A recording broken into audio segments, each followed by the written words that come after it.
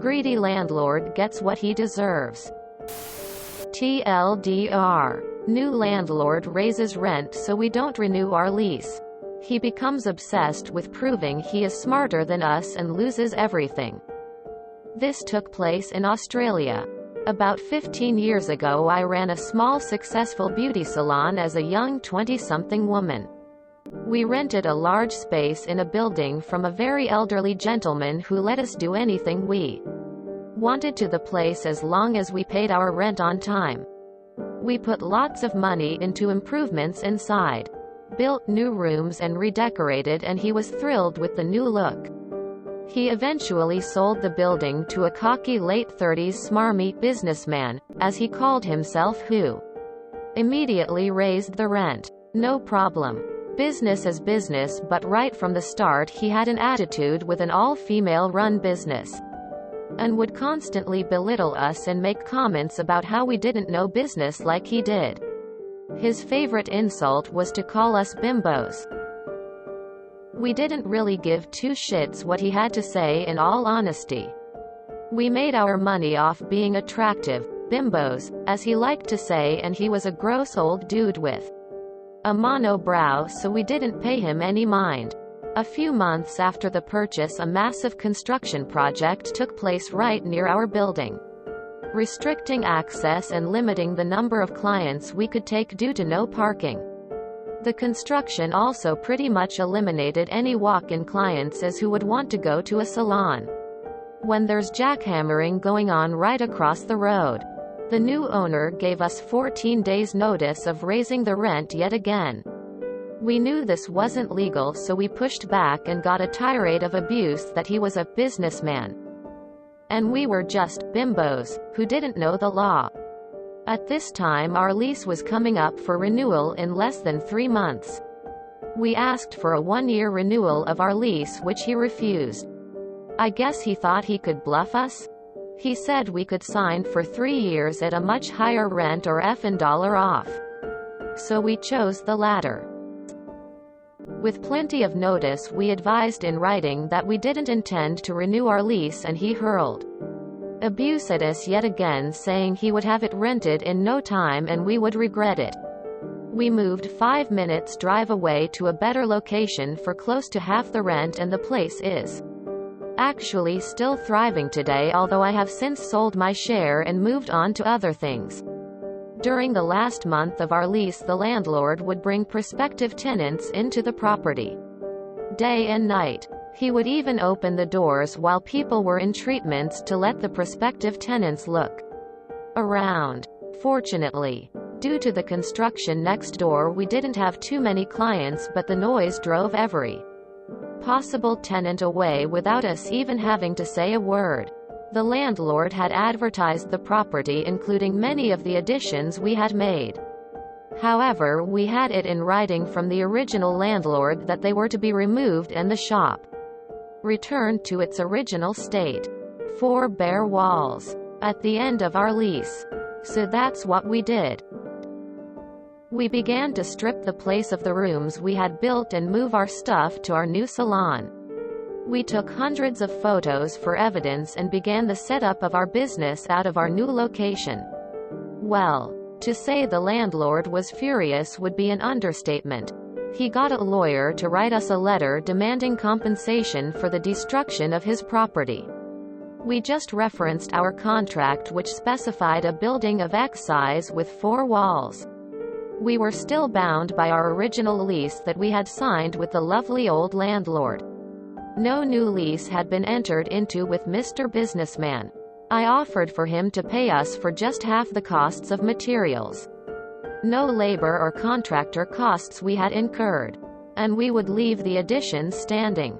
He laughed in my face and told me he wouldn't pay $1 and that he would sue me for every dollar I made so hard that my grandchildren would still be paying my debt. He was a charming bloke. We showed him our agreement with the original landlord that all changes needed to be removed and that this agreement would stand unless another was made and agreed to by tenant and landlord at a later date. We stripped that place bare. Didn't even leave a single shelf on the walls. cleaned it till it sparkled. He then got his lawyer to write another letter saying we didn't give enough notice and were required to pay another 3 years of rent. I said, show us the contract where we agreed to this. We were then sent a copy of our email requesting a 1-year contract and an invoice for the rent for that period. Well, I said he never agreed to that and we never signed a contract for that either. It went back and forth, getting nastier and more ridiculous. He was obsessed. I decided it was time to get some revenge and hit him where it hurts his pocket. Every communication I got from his solicitor I made sure was sent to me registered post. I would often respond to only part of a letter, requiring the solicitor to send another letter to follow up. I was a bimbo after all, right?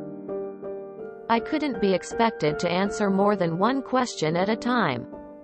I would respond to each letter by email but require a registered letter acknowledging receipt of my email. Solicitor was more than happy to oblige more billable charges to his client. The more petty the landlord got, the more petty I became in response. Don't even try to out-bimbo a bimbo, mate. The landlord had at this time also refused to refund our bond, claiming he hadn't had time to do a final inspection. So we lodged a claim with the appropriate ombudsman, and of course the landlord came back with a laundry list of fake damage claims. Luckily we had our photos to prove he was full of shite and he had to return our bond in full. By this stage we had been out of the premises for 7 months and were doing great at our new location. In that whole time he couldn't get anyone to rent the place due to the construction, even after reducing the rent 3 times. He had spent so much money on solicitor fees and failing to collect rent that he had to sell the building, and his wife filed for divorce. We found this out when the daughter of the lovely original owner called us to tell us the sad news that he had passed away. He had always loved us girls and we would always spoil him if he came to visit and fuss over him with coffee and biscuits and give him his favorite treatment of a hand massage. The daughter was friends with Mr. Businessman's wife and gave us all the goss. It took the new nasty owner another 18 months to sell the building, and all the while it sat empty. And he didn't collect a penny in rent. Guess he shouldn't have played chicken with the bimbos after all. We were actually pretty happy there and probably would have stayed if he hadn't decided to prove that we were so inferior. If you ever read this, suck it, Costa. Love the bimbos. A landlord named Costa in Australia. This has to be Melbourne, right? It's so on brand, lol. Having lived in Australia, I completely read this with an Australian accent in my head. Totally worth it. Well done. Funny for a Swede that the word ombudsman suddenly appears in an English text. Apparently you took more than smorgasbord from us. Good story and justice. Business guy tries to bamboozle bimbos, left battered and bankrupt. I had a similar situation with a house I was renting. When I first moved in, it had received a fresh coat of paint. Backyard needed to be mowed. But we knew that. We took note of everything that was wrong with the place. Cracked windows, broken toilet, downstairs outside laundry. We still had the normal inside one anyway. And a multitude of other things. We were onto the real estate whenever there was a problem. But only the landlord or his son were allowed to come and fix anything. By the time we moved out 10 years later, virtually none of the original things that were wrong had ever been fixed. Additional ones that were serious had come up, such as only being able to use one appliance in the kitchen at any time, and big holes in the backyard that were dug to fix blocked pipes, and were only covered over by old doors. I had 2 young daughters who I couldn't let play in the backyard, that were ignored. The big one was when due to electricity workmen pulling on wires causing damage to the house, leaving a massive hole where the wires go in. That hole was reported and never fixed. 8 months later, our new real estate did an inspection. I presented them with 5 A4 pages of problems with the house that had been presented to the old real estate agent. 1 month later, we find another place and give notice. Another month later, we have moved out. We got our full bond back. The place sat empty for over a year before they decided to fix up the place. And it still sat empty for another 6 months after that. The hole in the roof, not repaired for another 6 months after that. You call that a lease? Pulls out original contract. This is a lease. Hot damn. Not much of a businessman there. Good on you to hit him where it hurts. My father has a very similar attitude to Mr. Businessman, and it really showed when my mama divorced him. It all had to be done through lawyers because his belief is after then 28 years of marriage, because she left him all she deserved and was entitled to was the clothes she took with her. The best example she gave me was her lawyer requested bank statements for roughly a month period, and he instructed his lawyer to send her the entire year, 70-something pages at $2 or $3 per page, and he did that with any and all requests. Love to see these kind of dipshit businessmen get what's coming to them. I've had many managers with the same attitude. They finish their MBA and come out of college thinking they will turn around the world, but all they will end up accomplishing is turnover. Don't even try to out-bimbo a bimbo, mate. Love it. What I also like to imagine is that the actual winner of this story is the old man who sold the place for a good price because Mr. Businessman thought he can rent it away with all the additions. I guarantee that this landlord thinks he won that exchange.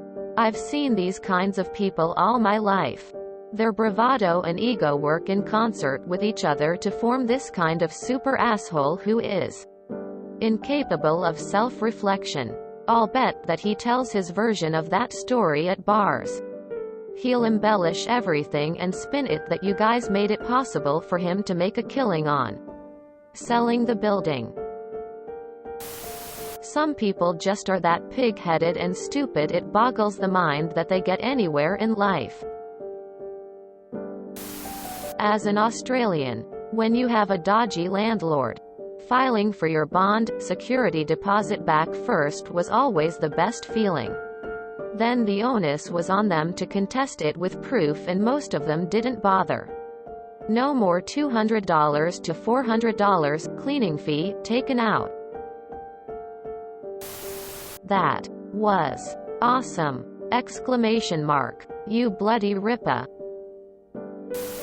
Cost a lot of money to be a dickhead.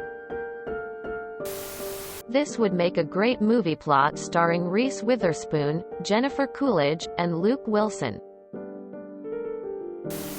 Fantastic revenge. Glad he got what he deserved.